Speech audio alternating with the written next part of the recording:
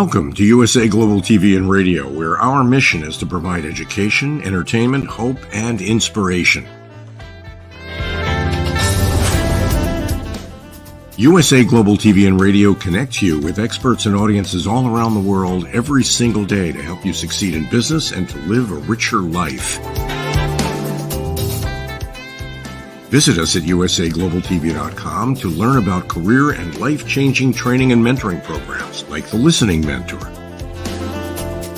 Subscribe to our newsletter to stay informed about our special programs and offers. Discover how you can become a guest on one of our shows or a host or producer of a USA Global TV and Radio show of your very own. That's USA Global TV and Radio, where the doctor is always in.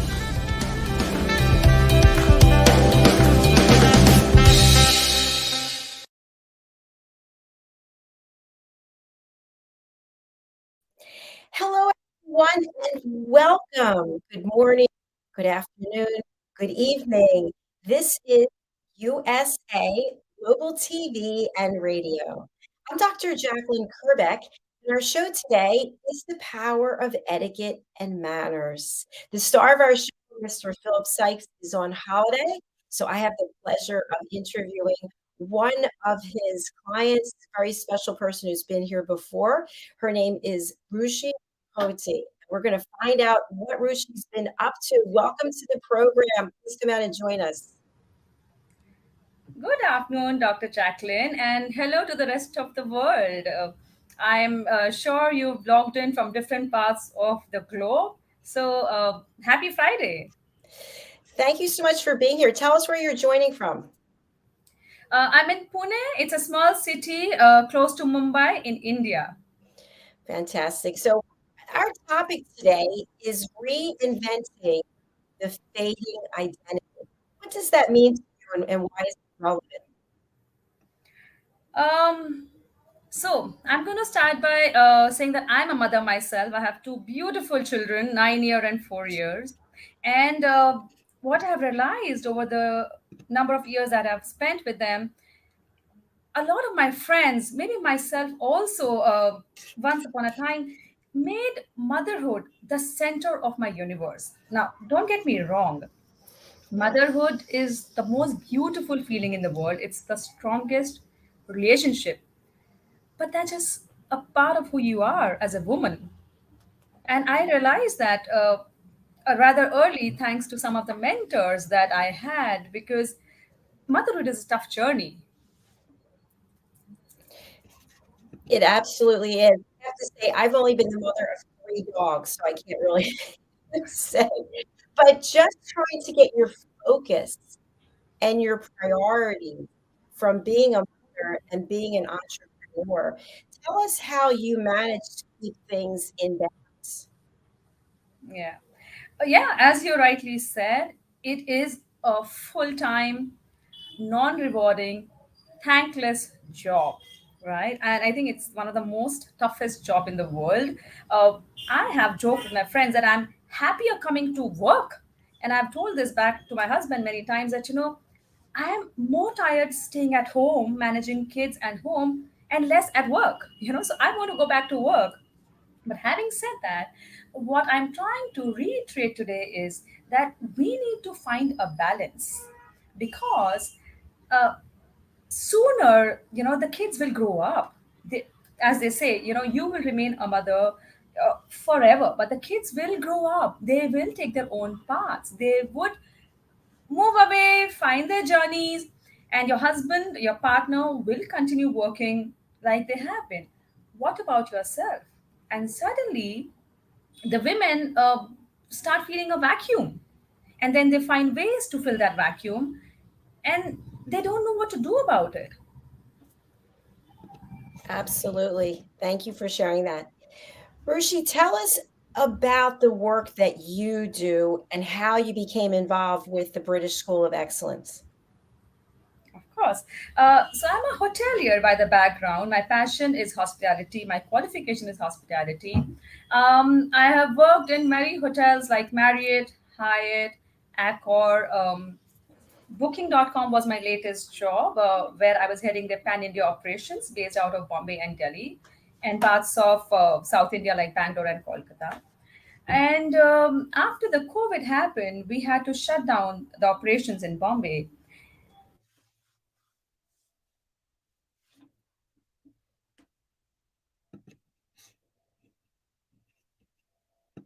It was always on the card to move back, but I was pushing it away and I was prioritizing my work.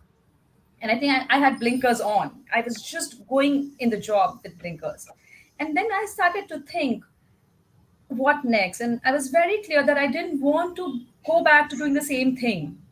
And that's when this came calling to me, because as a hospitality professional, in fact, I think I should owe it to my sister. She's the one who planted this seed in my head that I could, take etiquettes and manners as a full-time career. And I did have qualifications and skills, but I was not ready yet. And that's when I started looking around and I landed upon the British School of Excellence, Philip, Leanne, and the team. And the rest is history. Wonderful. What did you learn in your working with them, and how does that translate into helping others? Oh my God. It's a constant journey. The team has been super duper supportive throughout. It's been a while. I did the certification with them. But the most important thing that I realized, and I practice myself and I tell everyone, is don't let your mood define your manners. The best time of your manners or your upbringing is when you are stressed. How do you tackle that situation? That is something which is a take back from me. Absolutely. I have to share something that happened yesterday, just very briefly. I was going for a mammogram, a typical appointment you're supposed to have. And I was convinced it was at one time, but it was hours later. So I only had that one slot in my schedule to do it. And I thought, how am I going to show up? Am I going to start freaking out, yelling this? And I just said, anything you can do to fit me in. And they said, we're not sure. And they fit me in the next 15 minutes. But how many times do we lose control and cause a problem that then has repercussions for everyone we meet after that?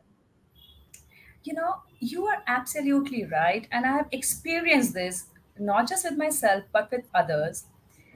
The moment you start putting pressure and start being aggressive, things just don't work. And I've experienced this. The more you are calm, the more you are assertive, the more you are kind, people understand. They make things happen for you. And it's a clear cut, tried and tested method.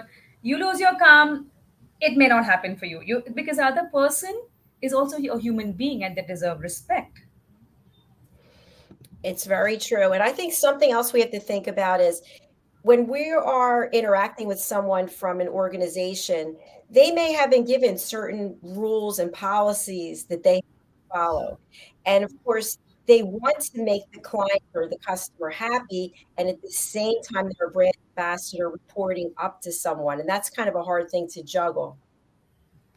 Absolutely. So, as I said, we are doing different things in our life and they are part of our whole identity. So, when you are at work, when you are wearing a particular uniform, or when you are in a certain position, you're doing a role and you're carrying out your responsibilities. There's nothing personal. It's not that you would not make things happen for somebody because you don't like them. It doesn't work like this. You're, as you said, you're bound by the guidelines and the rules, and so we need to respect that from the other person. And Ruchi, as you well know, with all of your experience in the hospitality industry, you are dealing with the public on a regular basis and putting a smile on your face and letting everything go that happened in your life at that moment or before you got to work. That's a hard thing to do. So, how do you manage your emotions? uh, I joke about it. I have a button. I have a button to switch off and switch on, and I think it's an ability that I've mastered over the years. The moment I step out of my house, it could be a blessing in disguise. But the moment I step out and enter my work zone, I forget about work. I forget about home. Sorry. And when I'm back home, I try not to bring my work back home. I try not to bring the stress that it carries or any other thing that is the baggage. So I ensure that I live in the present moment. And I try that I don't mix one with the other.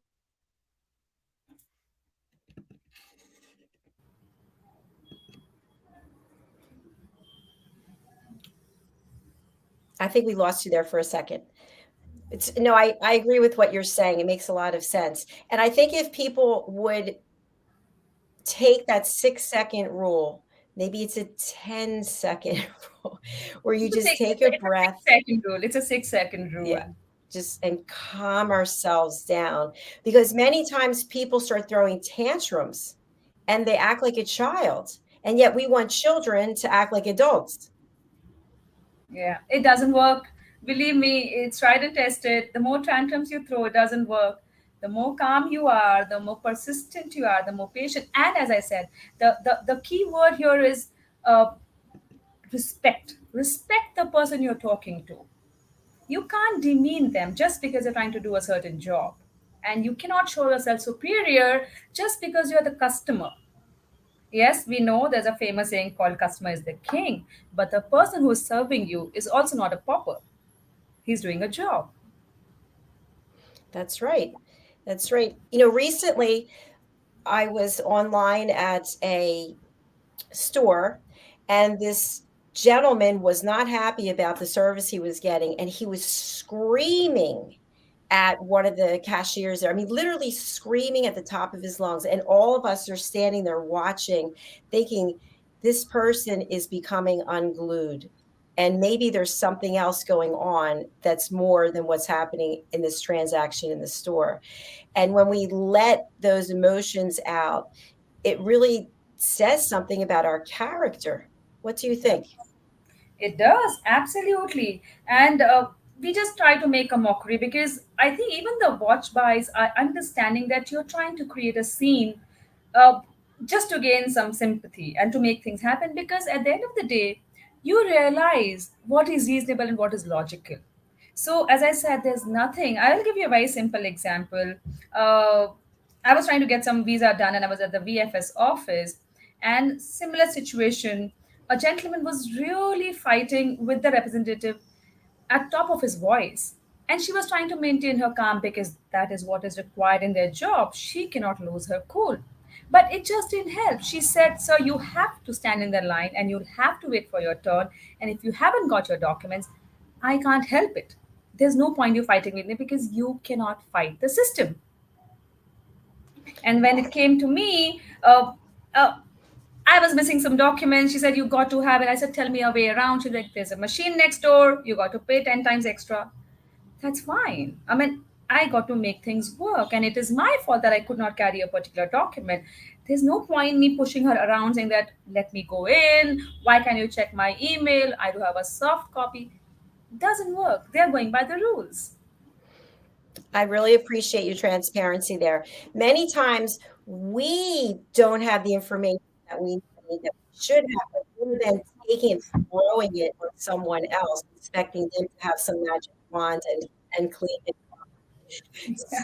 So, Ruchi, what I'd love to talk about is you have all of this experience, and now you are a founder and CEO of your own organization. Tell us about.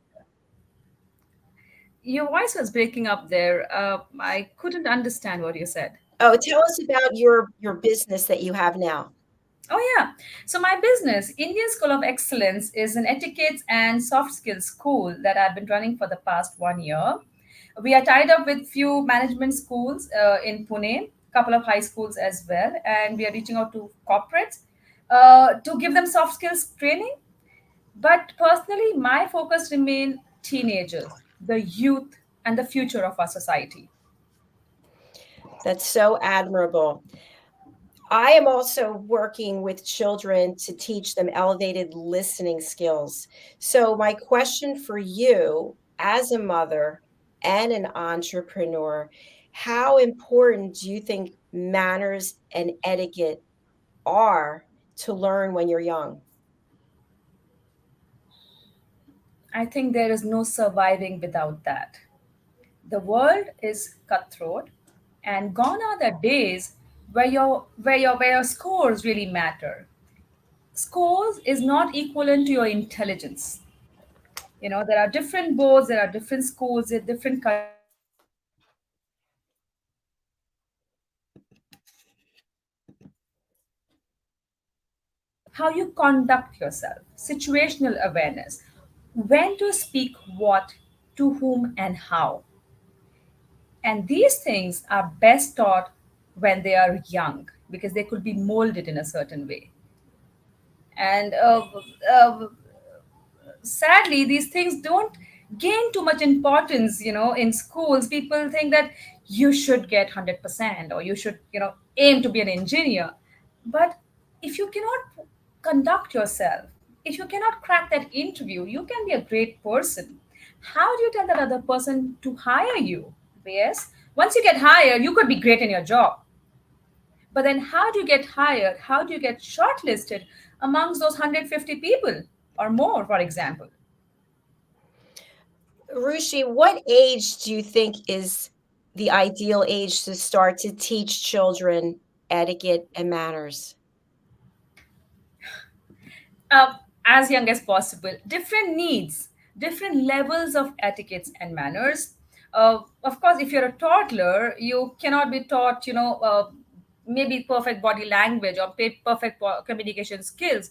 But even as a toddler, you could be taught the right way to conduct. They are children. I am not saying that they will not throw tantrums, but our actions decide the level of their tantrum. How do we, as mothers, again coming back to the point, how do we tackle with their tantrums? And there are different theories around it. You know, the first time if you give in to their tantrums, they understand that that's the way to go about it. So next time they will continue doing that, and maybe more and maybe more. So, how do we as parents, how do we as mothers inculcate the right manners and etiquette, saying that this is not the right way to talk, or this is not the right way to kind of, you know, present yourself? It starts from a very young age. I think it's interesting. I've had a lot of education myself. There is no course on etiquette and manners. There is no course on listening skills or compassion or empathy. And these are all the things that you're providing to your clients. You know, this is something that has been very close to my heart, and I often say this: money does not buy you class. Just because you have the money does not mean that you're the best, well-behaved person. That needs to be acquired. That is so true. Absolutely. So, what are some of the things that for the parents who are out there, if they were to work with you, their children could learn? Their children will learn right body language. They will understand perfect communication. They will understand, you know, how to deal with situations in school, how not to be a bully, and how to stand up for the fact if somebody is trying to bully you. uh, Dining etiquettes, which are very, very important in today's time and age, because everybody goes out, everybody's out there on social media. Another thing that they would learn is, especially teenagers, social media etiquettes. How do you conduct yourself online? What to reveal at what level? And how not to get carried away, because it could be very daunting and it could be dangerous after a certain level. You're so right. I also want to talk about something else.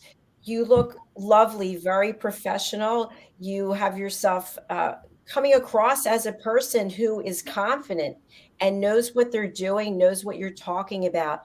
How important is our appearance and the way we show up, especially when we're talking about teenagers? Um, Super important. I think it's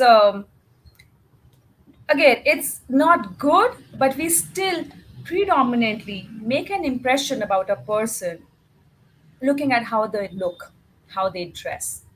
So it's very important to dress smartly as per the occasion. Make sure you don't overdo it. At the same time, ensure that you just don't follow the fad blindly. Figure out what suits you. I've seen so many people, so many women, especially because of social media and Instagram,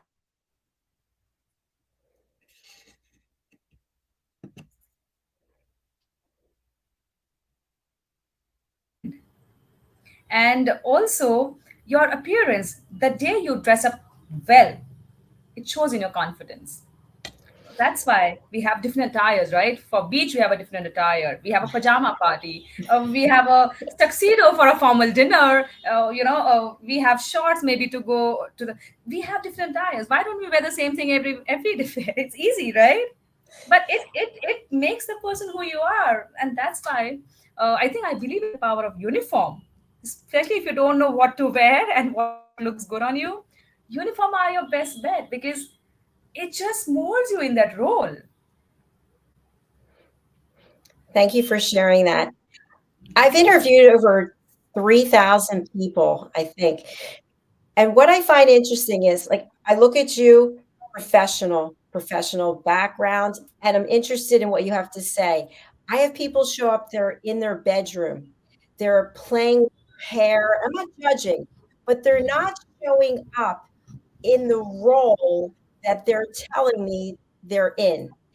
How important is it that we actually take some time and not just jump out of bed and go on camera? That's what I said. That especially the online, the virtual world has become so much more involved in our lives, especially after COVID. This all this online meetings, virtual meetings have become so much more common, which was not there. And because people were so used to working from home because we didn't have the means, does not mean that you continue working from home. I mean, you have to eventually set up an office. You are entering a professional forefront. You've got to come across professional.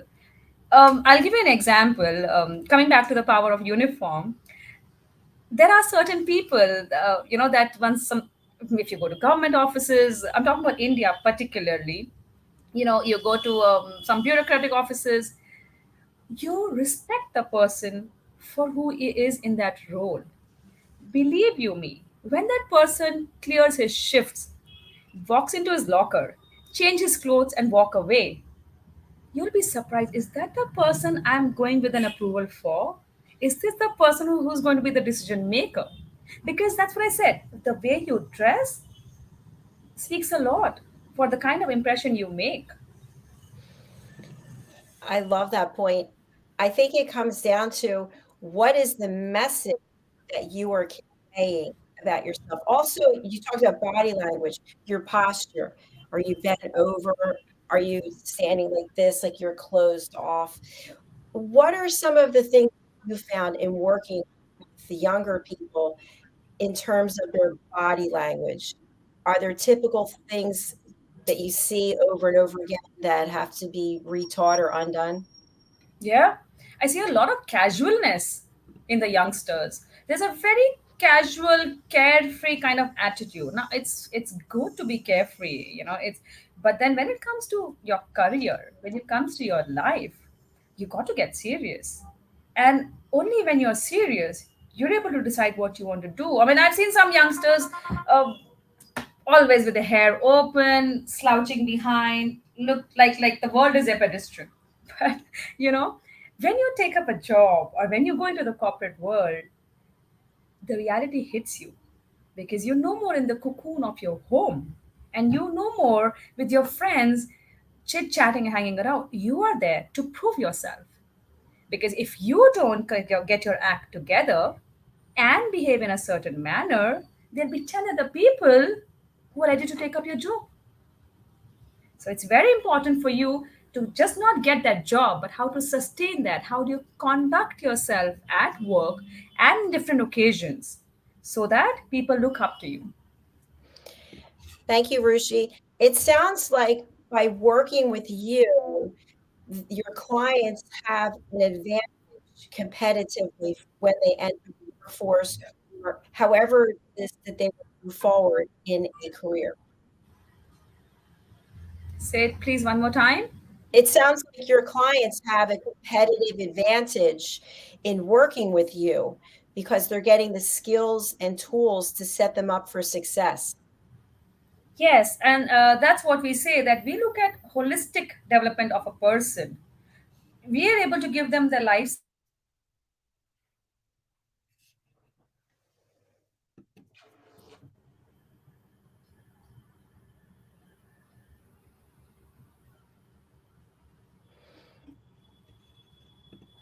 Yes, thank you for sharing that.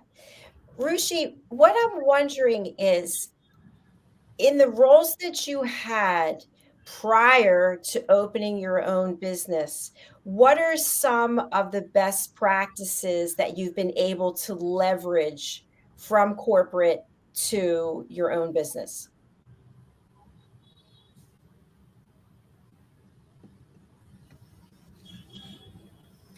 One of the most important aspect that I learned is cultural acceptance, being more open to accepting different people. There are no more barriers, no matter what background, what culture you are from, what language you speak. So accepting that, I've worked in different companies, especially the last one that I did. We had a lot of colleagues from different countries, right? And different identities as well. So that is their choice. We accepted them the way they were, and we worked with them irrespective of how their ideologies were. Excellent. What are your thoughts now about the fact that so many young people are spending a considerable amount of time on their devices and on social media? We all do, but we need to discipline ourselves. We need to detox. Uh, like I kind of do it for myself. I have a duplex house, and deliberately I leave my phone behind if I'm going down or if I'm going for a walk. I leave it behind because otherwise that phone has become like second skin to us. We just don't want, and it is so engaging when you are on your social media. One thing leads to the other, and you don't even realize that maybe you spend 4 hours doing it. Yes, I know the phone companies have these pop-up which says that your screen time has increased by X amount or it was lower by Y amount, but are we really doing anything about it? And when you are in that social media world, you are cut off from the rest of the world around you. The- there are times it happens to me as well, to my family. When I'm looking at my phone, someone's talked to me, it just falls on deaf ears. I literally have to say, can you say it again, because I just did not hear, while I'm physically there, but I'm so engrossed with my mind and my ears and my eyes, the other person doesn't really matter, which is, it's a grave reality, but it's not great for us, because we are, man is still a social animal, right? We are there for each other. We cannot live in virtual world all the time. So we need to find ways to detox, and we need to discipline ourselves to detox. You brought up several great points, Ruchi. One of them is, even though you are looking at someone and you are listening, I'm using air quotes, your mind is somewhere else. And sometimes we miss things. So I'd love for you to share a little bit about manners and etiquette when it comes to multitasking. Is it possible to be on your phone and to listen at a high level at the same time? Is it possible to be on your phone And listen to someone at an elevated level at the same time? well, if you make a conscious effort, then yes. If you are aware about your surroundings, then yes. If you are conscious enough to be on the phone but still realize where you are and where you are needed and how important it is for the other person to get your attention, yes, it's an effort, but it's a practice as well. You got to practice it subconsciously, and it has worked. And I'm telling you all this from my personal experience. I think it's a matter of choice, Dr. Jacqueline. At that moment, what choice am I making? Do I really want to ignore the person who's around me?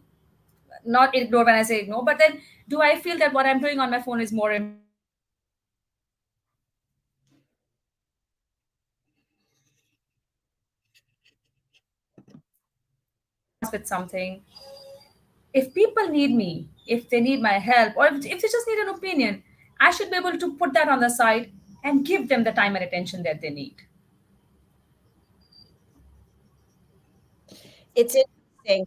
I've noticed more and more at restaurants, for example, everybody is on their phone, and especially families. Now there are all these devices that they're giving to the younger kids, and everyone's doing something instead of actually engaging with one another. It is so sad. It is so sad to see. And even in India, the mobile phone penetration is so high. Everybody has a smartphone. As you rightly said, talk about the metros, talk about the public transport, talk about the Uber what you take. You are just on your phone looking down. The driver is driving you. You don't even realize when you reach your destination. And that's what I said. You need to cut this out and make a conscious effort. I'm not saying don't look at your phone. Yes, you got to be updated. Yes, you got to be entertained. But for how much time in the day? Because sooner you realize it's too late. And I believe people could miss so much in life, spending time with loved ones, spending time with yourself, not on the phone. But it is okay to just sit idle, because if you are sitting idle, you might think of something, you may have some ideas, but if your brain is engaged with the phone, there's nothing you're thinking. How about the power of etiquette manners when we realize we've made a mistake? What's the appropriate thing to do? Accepted. That's the biggest virtue. Accept. We're all humans. Everybody makes mistake. The sooner you accept, the sooner you can make amends to it. There's no point in denial. The more you're in denial, the more damage you're going to create. As I said, it's human. Accept your mistakes, owe up to it. People will be here to help you. And do we ask for forgiveness? Of course. And things could be forgiven. There's nothing in this world which could not be forgiven. Unless you've committed somebody's murder knowingly. But as I said, we all make mistakes. And if you go up to it, you realize your mistake, you accept that it may have been a mishap and you would not do it again. Absolutely. Why not? Forgive and move on. It's a short life. Thank you. For people out there who want to hire you, they want to work with you, what does that engagement process look like from when they pick up the phone or they go to your website? The power of consistency. You need to engage with them on regular basis. Punctuality. If you tell them that you're going to get back to them about something, you must get back to them. You cannot say, I'll get back to you in 24 hours, and then you take 48. And it's fine. You could get stuck somewhere. Pick up the phone or message that person that I gave you a commitment. I am not able to move up to the deadline. I would need more time. Be in constant communication. There's nothing more bugging for someone to just keep waiting for a reward. So a constant engagement means for me will be to just being updated. Communication. It's funny that you share that. I know a few people who will say, "I'll get back to you. I'll call you back. I'll email you back." And then they never do. They just take their own time. And what Yeah, happens is I feel we lose trust because if you don't do what you say you're going to do, how can I trust you? absolutely. It's about commitment. You give your commitment to somebody, you adhere to it. And it's fine, as I said, it's not engraved in stone. If you can't inform the person well in advance, not after your deadline has passed, that's another very important virtue of having the right etiquettes. And it comes back to your corporate environment as well. If you have a deadline to follow, and if you're not able to do it, so tell the person responsible in advance. Don't just sit over it, because that's just going to make the situation worse. And I think many times we don't do that because we're afraid of ramifications or upsetting someone. But by not being upfront and letting people know, we're causing a problem. I've learned the art of confronting, and it works the best. Believe you me, different situation, just confront and be transparent. Adopting the ostrich theory doesn't work. If you put your head in the sand, the situation doesn't go away. It is still there. So face it and be transparent and upfront about it.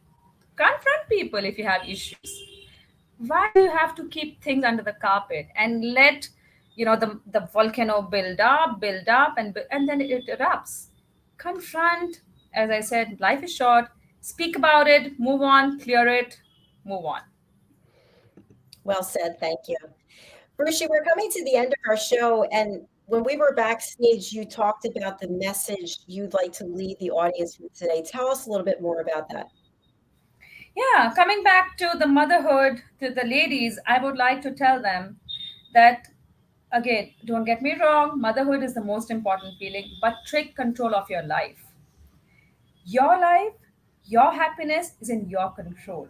You don't expect others. It's about what kind of worth are you giving yourself. If you don't feel worthy of that time and respect, people would not. The buck stops at you. You got to take control of your life and live it. And guilt free. I'm not saying that you chicken out from your responsibilities. Take your responsibilities. But it is no harm and there's no stopping for you to get some time out and do something for yourself. Again, you could be happy being a homemaker. That's one of the most toughest job, as I said, in the world. But if that gives you happiness. But if you want to go out and do something, today there are so many career choices. Again, thanks to COVID, the world has been up a distance. It has opened up. You can work from home, you can start small businesses. Thanks to social media and Instagram, there are so many smaller businesses that have flourished. Believe in your capabilities, work on your skill set, make yourself independent, not just for financial reasons, but for your own happiness. So that when your kids grow up and when they take their own route, you don't look back and say, oh my God, I was the best mom, but maybe I left myself far behind in this journey. Don't do that to yourself. And when you do something for yourself, please don't feel guilty about it. You deserve it, you've earned it. Thank you, Ruchi. We have your contact information here, but for people who can't read it, what's the best way to get in touch with you and who would like to contact you? My website is the best way to get in touch with me. It is live. You can click on the link which is on the show. It's www.excellentschool.in. You can click on the website, look at my programs, look at our expertise, and get in touch with us. Also, my phone number is here. If anybody would like to WhatsApp me, it may take longer for me to reply, but I'll revert to you back. Fantastic. Well, thank you for sharing reinventing the dating identity with us. And I hope you'll come back and see us again soon. It was such a pleasure to be on this show, Dr. Jacqueline. Thank you so much. Have a Thank you great so much. evening. Have a good evening. You too. Bye bye. Bye for now. Thank you to each and every one of you who are watching or listening on the live or the replay. I hope that you will join us again. If you happen to have missed any of our show or you'd like to see all of our shows, go over to our YouTube channel, which is USA Global TV and Radio. This show is in the playlist called The Power of Etiquette, and matters. And all of our shows are in playlists. If you'd like to be a guest on any of our shows, please go over to our website, which is usaglobaltvandradio.com. Thanks again. God bless you. We'll see you again soon.